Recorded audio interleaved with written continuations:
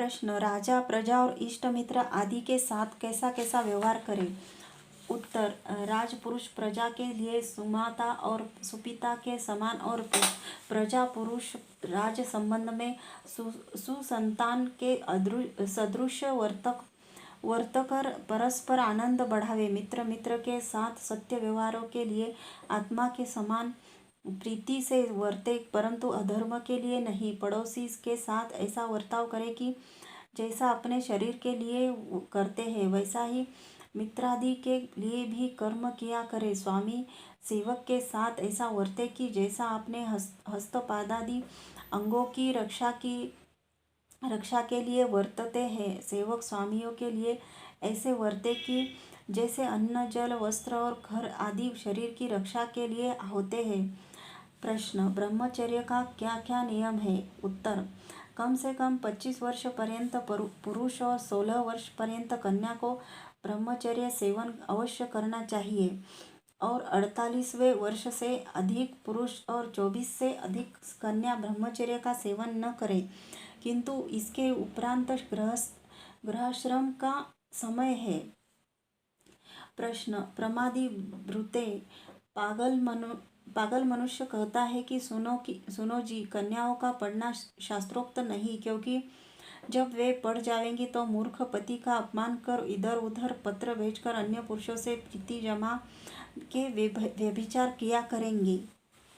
उत्तर, सज्जन साम दत्ते श्रेष्ठ मनुष्य उसको उत्तर देता है, सुनो जी, तुम्हारे कहने से यह आया कि किसी पुरुष को भी न पढ़ना चाहिए, क्योंकि वह भी पढ़कर मूर्ख स्त्री का अपमान और डाक गाड़ी चलाकर इधर उधर अन्य स्त्रियों के साथ सैल सपाटा किया करेगा। प्रश्न, प्रमादी, हाँ, पुरुष भी न पढ़े तो अच्छी बात है, क्योंकि पढ़े हुए मनुष्य चतुराई से दूसरों को धोखा देकर अपमान करके अपना मतलब सिद्ध कर लेते हैं। उत्तर, सज्जन सुनो जी, वह विद्या पढ़ने का दोष नहीं, किंतु आप जैसे मनुष्य के संग का दोष है, और जो पढ़ना पढ़ाना धर्म और ईश्वर की विद्या से विरुद्ध है सो तो प्राय बुरे काम का कारण देखने में आता, और जो पढ़ना पढ़ाना उक्त विद्या से सहित है वह तो सबके सुख और उपकार ही के लिए होता है। प्रश्न, कन्याओं के पढ़ने में वैदिक प्रमाण कहाँ है। उत्तर, सुनो प्रमाण, अथर्ववेद 11, अथर्ववेद 3, सूक्त 5, 18। अर्थ। उत्तर, अर्थ, जैसे लड़के लोग ब्रह्मचर्य करते हैं वैसे कन्या लोग ब्रह्मचर्य करके वर्णोच्चारण से लेकर वेद पर्यंत शास्त्रों को पढ़कर प्रसन्न करके स्वेच्छा से पूर्ण युवावस्था वाले विद्वान पति को वेदोक्त रीति से ग्रहण करे। क्या अधर्म से भिन्न कोई ऐसा भी मनुष्य होगा किसी पुरुष व स्त्री को विद्या के पढ़ने से रोककर मूर्ख रखा जाए और वेदोक्त प्रमाण का अपमान करके अपना कल्याण किया चाहे। प्रश्न, विद्या को किस किस क्रम से प्राप्त हो सकता है। उत्तर, वर्णोच्चारण, व्यवहार की शुद्धि, पुरुषार्थ, धार्मिक विद्वानों का संग, विषय कथा प्रसंग का त्याग, सुविचार से व्याकरण आदि शब्द अर्थ और संबंधों को यथावत जानकर उत्तम क्रिया करके सर्वथा साक्षात करता जाए। जिस जिस विद्या के लिए जो साधन रूप सत्य ग्रंथ है उनको पढ़कर वेदादि पढ़ने के योग्य ग्रंथों के अर्थों को जानना आदि कर्म शीघ्र विद्वान होने के साधन है। प्रश्न, बिना पढ़े हुए मनुष्यों की क्या गति होगी। उत्तर, दो, एक अच्छी और दूसरी बुरी। अच्छी उसको कहते हैं कि जो मनुष्य विद्या पढ़ने का सामर्थ्य तो नहीं रखे और वह धर्मचरण किया चाहे तो विद्वानों के संग और अपने आत्मा की पवित्रता और अविरुद्धता से धर्मात्मा अवश्य हो सकता है, क्योंकि सब मनुष्यों का विद्वान होना तो संभव ही नहीं, परंतु धार्मिक होने का संभव सबके लिए है कि जैसे अपने लिए सुख की प्राप्ति और दुख के त्याग, मान्य होने अपमान के न होने आदि की अभिलाषा करते हैं तो दूसरों के लिए क्यों न करनी चाहिए। जब किसी को कोई चोरी व किसी पर झूठा जाल लगाता है तो क्या उसको अच्छा लगता, और क्या जिस जिस कर्म के करने में अपने आत्मा को शंका, लज्जा और भय नहीं होता, वह धर्म किसी को विदित नहीं होता। क्या जो कोई आत्मा विरोध अर्थात आत्मा में कुछ और वाणी में कुछ भिन्न और क्रिया में विलक्षणता करता है, वह अधर्मी, और जिसे जैसा आत्मा में वैसा वाणी और जैसा वाणी में वैसा ही क्रिया में आचरण है, वह धर्मात्मा नहीं है।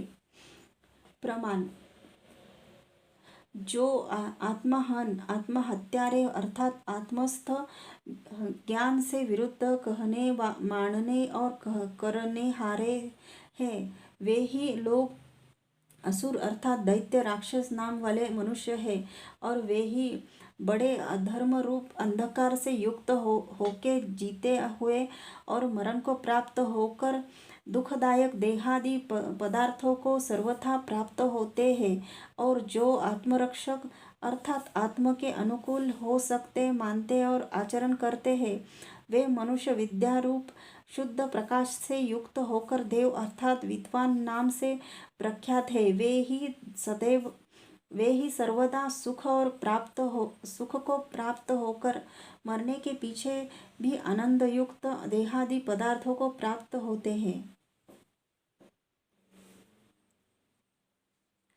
प्रश्न: विद्या और अविद्या किसको कहते हैं? उत्तर: जिससे पदार्थ यथावत जानकर न्याययुक्त कर्म किए जावे वह विद्या, और जिससे किसी पदार्थ का यथावत ज्ञान न होकर अन्याय रूप कर्म किए जाए वह अविद्या कहती है। प्रश्न: न्याय और अन्याय किसको कहते हैं? उत्तर: जो पक्षपात रहित सत्याचरण करना है वह न्याय, और जो पक्षपात से मिथ्याचरण करना है वह अन्याय कहता है। प्रश्न: धर्म और अधर्म किसको कहते हैं? उत्तर: जो न्यायाचरण सबके हित का करना आदि कर्म है उनको धर्म, और जो अन्यायाचरण सबके अहित के काम करने हैं उनको अधर्म जाने। एक प्रियदास का चेला भगवान दास अपने गुरु से 12 वर्ष पर्यंत पढ़ा। एक दिन उसने पूछा कि महाराज, मुझको संस्कृत बोलना नहीं आया। गुरु बोले, सुन बे, पढ़ने पढ़ाने से विद्या नहीं आती, किंतु गुरु की कृपा से आ जाती है। जब गुरु सेवा से प्रसन्न होता है तब जैसे कुंजियों से ताला खोलकर मकान के सब पदार्थ छठ देखने में आते हैं, वे ऐसी युक्ति बतला देते हैं कि हृदय के कपाट खोलकर सब पदार्थ विद्या तत्क्षण आ जाती है। सुन, संस्कृत बोलने की तो सहज युक्ति है। भगवान दास: महाराज जी, वह क्या है? गुरु: संसार में जितने शब्द संस्कृत व देश भाषा में हो उन पर एक एक बिंदु धरने से सब शुद्ध संस्कृत हो जाते हैं। अच्छा तो महाराज जी, लोटा जल, रोटी, दाल, शाक आदि शब्दों पर बिंदु धर के कैसे संस्कृत हो जाते हैं? देखो, लोटा जल, रोटी, दाल, शाक। चेला बोला, वाह वाह, गुरु के बिना क्षण मात्र में पूरी विद्या कौन बतला सकता है? भगवान दास ने अपने आसन पर जाकर विचार के यह श्लोक बनाया। जब उसने बाप आजा नमस्कृत्य परं पाज तथैव च मया भगवान दासेन गीता टीका करो में हम। जब उसने प्रातः काल उठकर हर्षित होकर गुरु के पास जाकर श्लोक सुनाया तब तो प्रियदास जी भी बहुत प्रसन्न हुए कि जो चेले हो तो तेरे ही समान गुरु के वचन पर विश्वासी, और गुरु हो तो मेरे सदृश हो। ऐसे मनुष्यों का क्या औषध है बिना अलग रहने के? प्रश्न: विद्या पढ़ते समय व पढ़ के किसी दूसरे को पढ़ावे व नहीं? उत्तर: बराबर पढ़ाता जाए, क्योंकि पढ़ने से पढ़ाने में विद्या की वृद्धि अधिक होती है। पढ़ के आप अकेला विद्वान रहता और पढ़ाने से दूसरा भी हो जाता है। उत्तरोत्तर काल में विद्या की वृद्धि होती ही है। जो विद्या को प्राप्त होता है वह मनुष्य परोपकारी धार्मिक अवश्य होता है, क्योंकि जैसे अंधा कुएं में गिर पड़ता है वैसे देखनेहारा कभी नहीं गिरता, और अविद्या की हानि होने आदि प्रयोजन बढ़ाने से ही सिद्ध होते हैं। प्रश्न, सभी विद्वान हो जाएंगे तो हमको कौन पूछेगा, और आप सब पुस्तकों को बाज बाज कर अर्थ समझ लेंगे, पूजा पाठ में न बुलावेंगे, विशेष विघ्न धनाढ्य और राजाओं के पढ़ाने में, क्योंकि उनसे हम लोगों की बड़ी जीविका होती है। जब किसी शूद्र ने उनके पास पढ़ने की इच्छा से जाके कहा कि मुझको आप कुछ पढ़ाइए, तो अल्प बुद्धि तू कौन है, क्या काम करता है, और तेरे घर में क्या व्यवहार होता है। मैं तो महाराज आपका दास शूद्र हूँ। कुछ जमींदारी खेती बाड़ी भी होती, और घर में कुछ लेन देन का भी व्यवहार है। जी जी जी, उस तुझको सुनने और उसको हमको सुनाने का भी अधिकार नहीं है। जो तू अपना धर्म छोड़कर हमारा धर्म करेगा तो क्या नरक में न पड़ेगा। हाँ, तुझको वेदों से भिन्न ग्रंथों की कथा सुनने का तो अधिकार है। जब तेरी सुनने की इच्छा हो तो हमको बुला लेना, सुना देंगे, परंतु आपसे नहीं लेना, नहीं तो अधर्मी हो जाएगा। जो कुछ भेंट पूजा लाए हो धर के चला जा, और सुन हमारे वचन को मान ले, नहीं तो तेरी मुक्ति कभी नहीं होगी। खूब कमा और हमारी सेवा किया कर, इसी में तेरा कल्याण और तुझ पर ईश्वर प्रसन्न होगा। दास, महाराज मुझको तो पढ़ने की बहुत इच्छा है। क्या विद्या का पढ़ना बुरी चीज़ है कि दोष लग जाए। बस बस, तुझको किसी ने बहका दिया है, जो हमारे सामने उत्तर प्रत्युत्तर करता है। हाय, क्या करे, कलयुग आ गया, विद्या को पढ़कर हमारा उपदेश नहीं मानते, बिगड़ गए। दास, क्या महाराज हमारे ही ऊपर कलयुग ने चढ़ाई कर दी कि जो हम ही को पढ़ने और मुक्ति से रोकना है। स्वार्थी, हाँ हाँ, जो सत्ययुग होता है तो तू हमारे सामने ऐसा बर्बर नहीं कर सकता। दास, अच्छा तो महाराज जी, आप जो नहीं पढ़ाते तो हमको जो पढ़ावेंगा उसके चेले हो जाएंगे। अंधकारी, सुन सुन, कलयुग में और क्या होना है। दास, आपकी हम सेवा करें, उसके बदले हम आपको क्या देंगे। आशीर्वाद। दास, उस आशीर्वाद से क्या होगा। धूर्त, तुम्हारा कल्याण। दास, जब आप हमारा कल्याण चाहते हैं तो क्या विद्या के पढ़ने से अकल्याण होता है। अब क्या तू हमसे शास्त्रार्थ करता है। प्रश्न, पोप का क्या अर्थ है। उत्तर, यह प्रश्न शब्द अन्य देश की भाषा का है। वह तो इसका अर्थ पिता और बड़े का है, परंतु यहाँ जो केवल धूर्तता करके अपना मतलब सिद्ध करने हारा हो उसी का नाम है।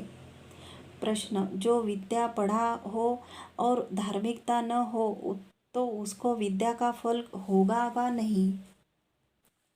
उत्तर, कभी नहीं, क्योंकि विद्या का यही फल है कि जो मनुष्य को धार्मिक होना अवश्य है, जिसने विद्या के प्रकाश से अच्छा जानकर न किया और बुरा जानकर न छोड़ा, तो क्या वह चोर के समान नहीं है। क्योंकि जैसे चोर भी चोरी को बुरी जानता हुआ करता है और साहूकारी को अच्छी जान के भी नहीं करता, वैसे ही जो पढ़ के भी अधर्म को नहीं छोड़ता और धर्म को नहीं करने हारा मनुष्य है। प्रश्न, जब कोई मनुष्य मन से बुरा जानता परंतु किसी विशेष भय आदि निमित्तों से नहीं छोड़ सकता और अच्छे काम को नहीं कर सकता, तब भी क्या उसको दोष व गुण होता है अथवा नहीं। उत्तर, दोष ही होता, क्योंकि जो उसने अधर्म कर लिया उसका फल अवश्य होगा, और जानकर भी धर्म को न किया उसको सुखरूप फल कुछ भी नहीं होगा। और जैसे कोई मनुष्य कुएं में गिरना बुरा जान के भी गिरे, क्या उसको दुख न होगा, और अच्छे मार्ग में चलना जानकर भी न चले उसको सुख कभी न होगा। इसलिए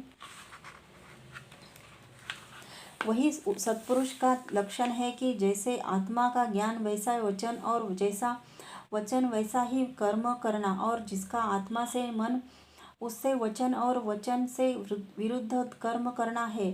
वही असत पुरुष का लक्षण है। इसलिए मनुष्य को उचित है कि सब प्रकार का पुरुषार्थ करके अवश्य धार्मिक हो।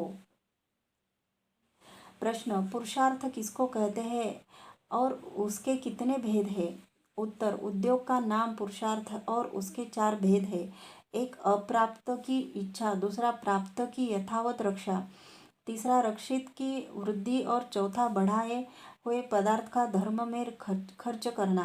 पुरुषार्थ के भेद है। जो न्याय धर्म से युक्त क्रिया से अप्राप्त पदार्थ की अभिलाषा करके उद्योग करना, उसी प्रकार से उसकी सब ओर से रक्षा करनी कि वह पदार्थ किसी प्रकार नष्ट भ्रष्ट न हो जाए, उसको धर्मयुक्त व्यवहार से बढ़ाते जाना और बढ़े हुए पदार्थ को उत्तम व्यवहार में खर्च करना, ये 4 भेद है। प्रश्न, किस किस प्रकार से किस किस व्यवहार में तन मन धन लगाना चाहिए? उत्तर, निम्नलिखित चारों में विद्या की वृद्धि, परोपकार, अनाथों का पालन और अपने संबंधियों की रक्षा। विद्या के लिए शरीर का आरोग्य और उससे यथायोग्य क्रिया करनी, मन से अत्यंत विचार कराना और धन से अपनी संतान और अन्य मनुष्यों को विद्यादान कराना चाहिए। परोपकार के लिए शरीर और मन से अत्यंत उद्योग और धन से नाना प्रकार के व्यवहार तथा कारखाने खड़े करने की, जिनमें अनेक मनुष्य कर्म करके अपना अपना जीवन सुख से व्यतीत करे। अनाथ उनको कहते हैं जिसका सामर्थ्य अपने पालन करने का भी न हो, जैसा कि बालक, वृद्ध, रोगी, अंग भंग आदि है। उनको भी तन मन धन लगाकर सुखी रख के जिस से जो काम बन सके उस से वह कार्य सिद्ध करना चाहिए, कि जिससे कोई आलसी होके नष्ट बुद्धि न हो और अपने संतान आदि मनुष्यों के खानपान अथवा विद्या की प्राप्ति के लिए जितना तन मन धन लगाया जाए उतना थोड़ा है, परंतु किसी को निकम्मा कभी न रहना और न रखना चाहिए। प्रश्न, विवाह करके स्त्री पुरुष आपस में कैसे वर्ते?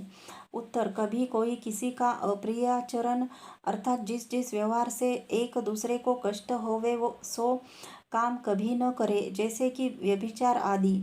एक दूसरे को देखकर प्रसन्न हो, एक दूसरे की सेवा करे। पुरुष भोजन, वस्त्र, आभूषण और प्रिय वचन आदि व्यवहारों से स्त्री को सदा प्रसन्न रखे और घर के सब कृत्य उसके अधीन करे। स्त्री भी अपने पति से प्रसन्न वदन, खान पान, प्रेम भाव आदि से उसको सदा हर्षित रखे, कि जिससे उत्तम संतान हो और सदा दोनों में आनंद बढ़ता जाए।